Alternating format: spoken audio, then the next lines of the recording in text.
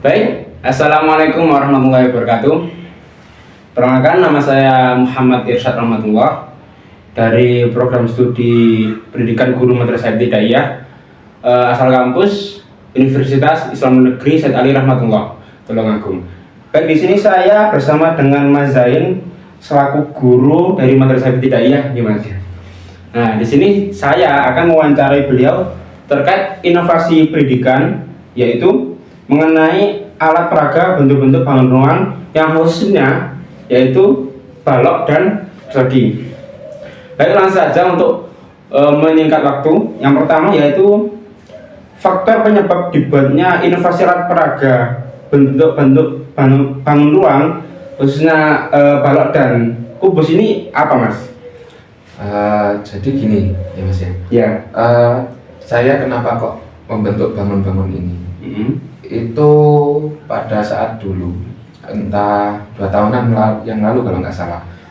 Nah, itu di situ saya kebingungan ketika mau mempraktekkan bangun-bangun ruang, mau menunjukkan bangun-bangun ruang ke anak-anak, karena keterbatasan alat peraga yang ada di lembaga kami.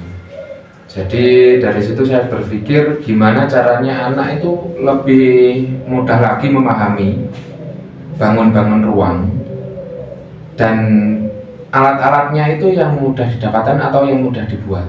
Nah, akhirnya dari situ saya memutuskan untuk anak-anak saya kasih tugas untuk membuat bangun ruang. Sebelumnya saya kasih contoh dulu satu, setelah itu saya bagi kelompok ke anak-anak untuk membuat bangun-bangun ruang ini. Jadi ini semua hasil dari karya anak-anak sendiri, gitu.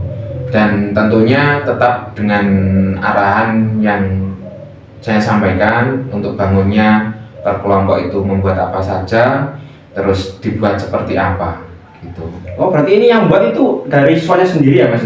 Ya. Oh, berarti sungguh kreatif berarti ya. Untuk ini kemarin itu yang membuat anak-anak kelas 6. Kelas 6. Jadi karena memang mereka mungkin lebih yang lebih membutuhkan, dan di situ memang materinya sangat butuh sekali untuk bangun-bangun ruang. Akhirnya dari anak-anak kelas 6 saya suruh untuk membuat ini, gitu. Ya, mungkin bisa dijelaskan, Mas, apa itu kegunaannya, bagaimana ini kubus ini cara menggunakannya itu seperti apa gitu. Nah, untuk cara penggunaannya atau cara pengaplikasiannya sendiri ini sangat mudah. Di sini lebih fokusnya ke unsur-unsur bangun ruangnya tersendiri, karena di sini kan kalau orang Jawa itu bilang kerangka, kerangkanya. Jadi di sini lebih ke kerangkanya. Nanti di sini ada mulai dari titik sudutnya, terus ada rusuknya. Selain itu, nah di sini ada juga tali atau benang yang ada di sini. Nah, ini fungsinya untuk menjelaskan unsur-unsurnya tersebut. Yang pertama, di sini mungkin ada bidang, diagonal bidang. Terus yang di dalamnya juga ada diagonal ruangnya. Dari sini kan anak-anak bisa melihat dengan jelas ya, Mas ya? Iya, sangat jelas. Jadi anak-anak bisa melihat dan mengamati langsung dengan jelas bangun ruang itu seperti apa sih bentuknya, bagaimana sih bentuknya, gitu. Jadi kalau mungkin cuma melihat dari buku, itu kan mereka imajinasinya kurang luas lagi. Tapi kalau sudah berbentuk seperti ini, mereka bisa mengimajinasikan atau menggambarkan langsung, dan bahkan meraba langsung. Oh, jadi seperti ini bentuknya balok.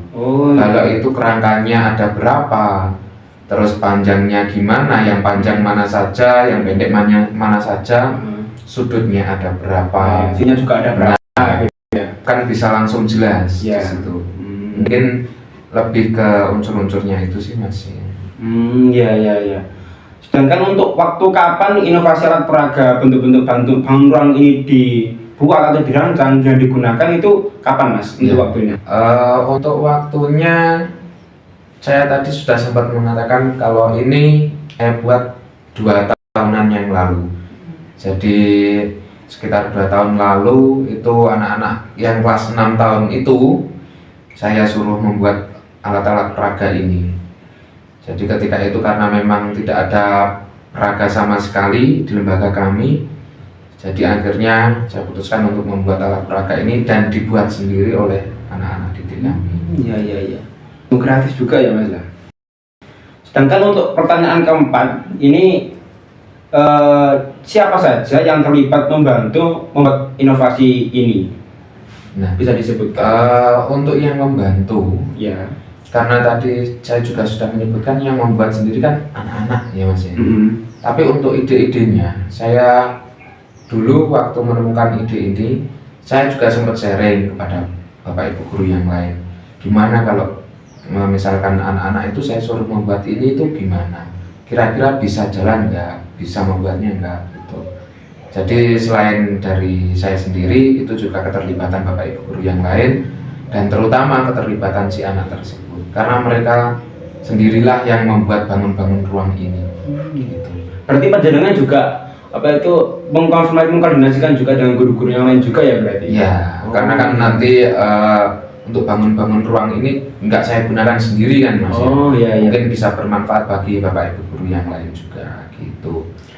Nah, ini untuk pertanyaan yang kelima yaitu bagaimana proses awal pembuatannya? Mungkin bisa dijelaskan itu bagaimana? Nah, untuk proses awal pembuatannya sendiri Ya. karena ini kan sangat mudah sekali bahannya Mas Iya. yang digunakan.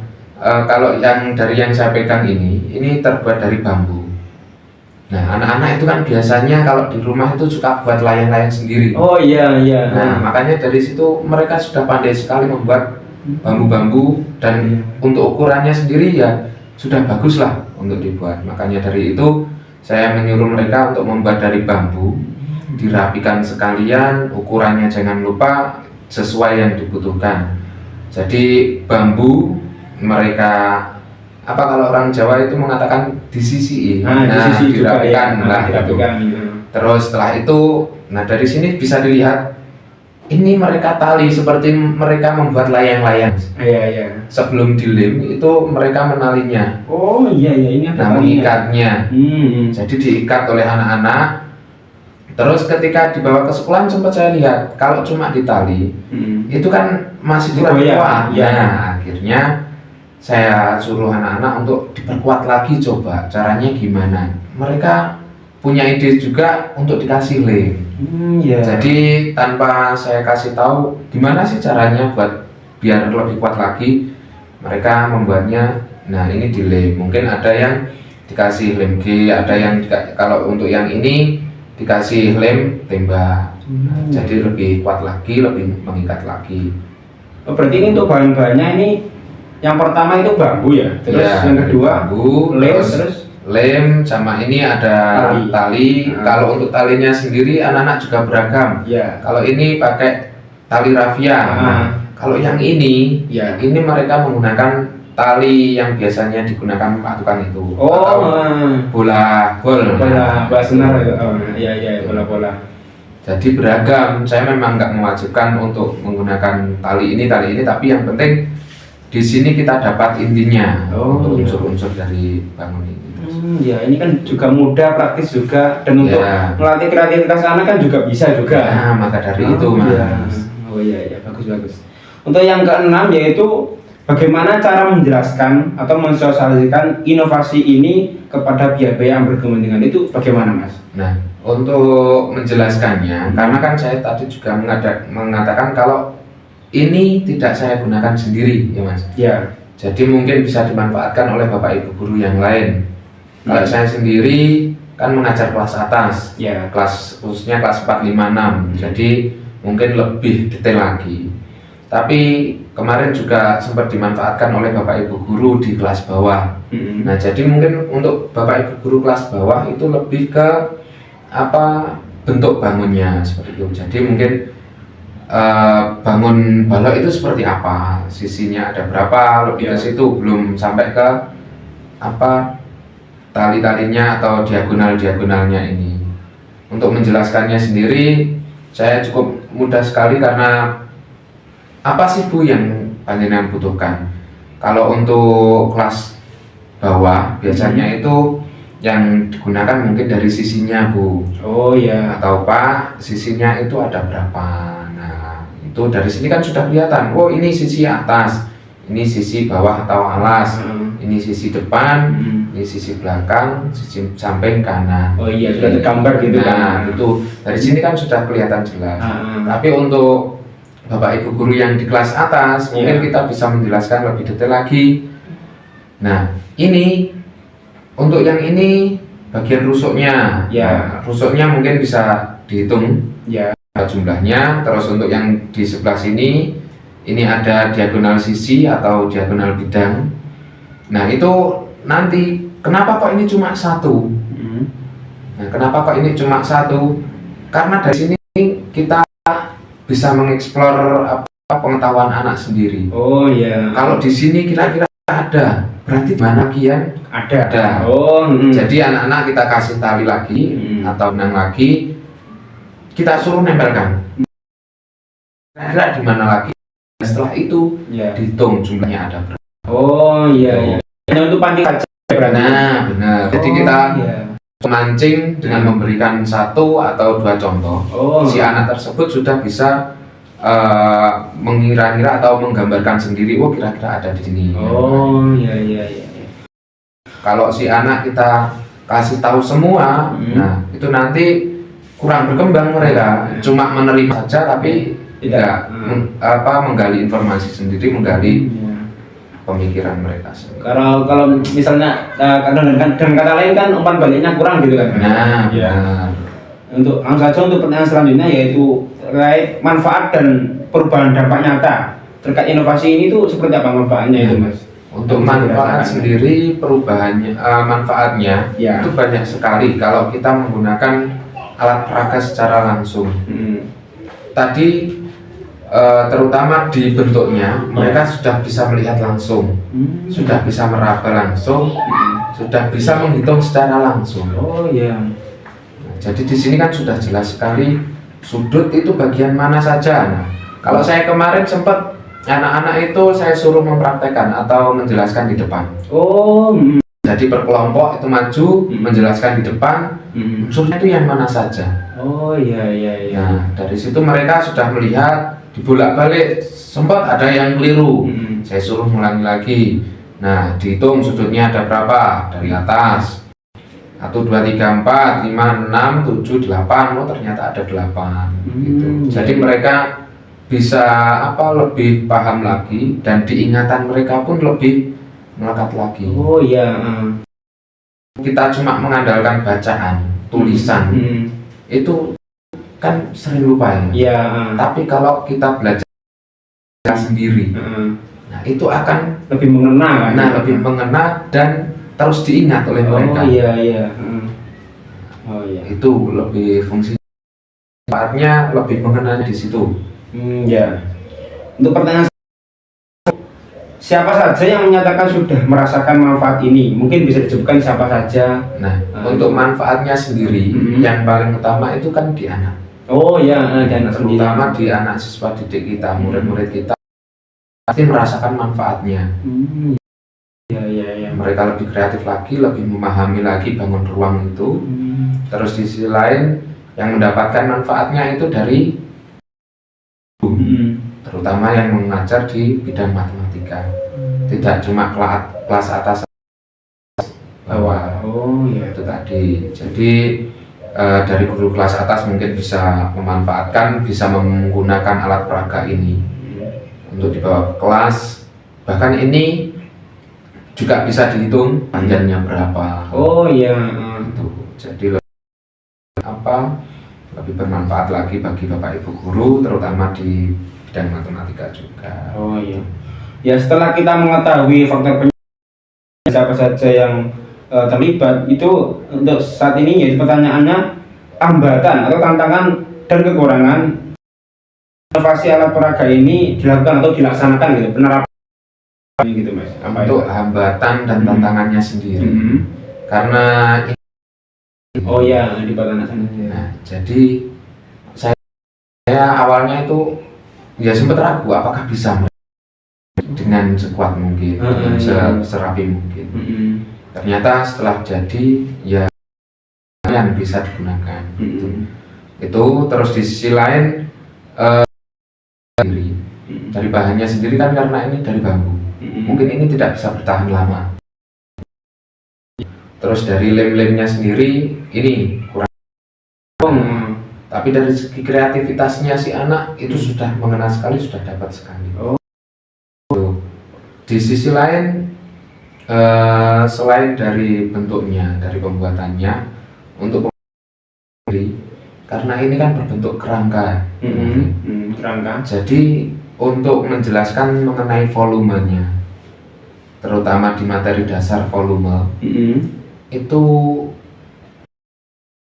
karena kan kalau volume dasar sendiri kan biasanya kita pakai kubus atau volume kubus kecil itu. Oh iya. Nah, jadi kalau ini kan kesulitan kita harus membuat lagi kubus kecil, itu lebih ribet lagi. Terus di sisi lain, selain itu mungkin dari bagian unsur yang bidang diagonal ruangnya, nah, itu kan kita harus tekannya dengan kan karena itu berbentuk seperti ini, ya. Itu mengenai 4 sudut ini dan 6 ruang. Gitu. Nah, ini kurangnya di situ. Berarti kelemahannya yang pertama yang paling menonjol ya volume.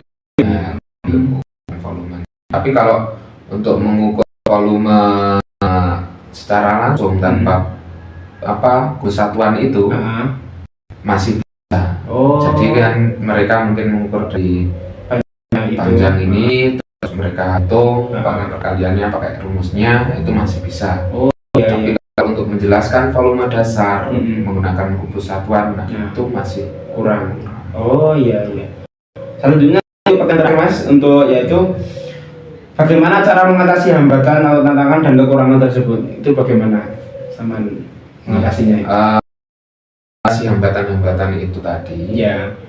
Untuk volume kubus satuan, berarti kita kan mungkin belum bisa, karena dari sisi bentuknya itu, jadi kita paling enggak harus menyediakan alat peraga lagi untuk mempraktekkan kubus satuan. Tapi untuk yang bidang diagonal ruangnya, kita bisa mempraktekannya menggunakan kertas tadi. Kayak kertas folio. Nah, itu bisa kita contohkan, kita tempelkan dari setiap sudutnya sini, itu masih bisa teratasi. Terus untuk dari segi diri, itu mungkin kita dari cara memakainya lebih berhati-hati lagi. Tapi untuk dari anak atau pemakai itu sudah aman, bakal mengenai. Tidak membahayakan lah kita bahasanya. Ya. Baik, itu saja mungkin pertanyaan dari saya. Terima kasih membantu kami dalam mencari inovasi terkait pendidikan mengenai bentuk-bentuk pengeluaran. Saya dalam mengganggu waktunya juga. Saya untuk closingan yaitu alat peraga bentuk-bentuk pengeluaran ini adalah inovasi yang sangat praktis dan mudah digunakan. Untuk hambatan sendiri pun juga sangat untuk mengatasinya itu pun hanya tidak begitu sulit, bisa menggunakan hanya kertas atau menggunakan kubus tadi. Untuk manfaatnya sendiri itu juga sangat banyak, menjelaskan atau membantu siapa saja yang terlibat, itu juga pihak-pihak yang bisa dengan mudah untuk menggunakannya juga. Ya, mungkin itu saja dari saya, kurang lebihnya mohon maaf. Untuk sesi wawancara ini saya tutup. Warahmatullahi wabarakatuh.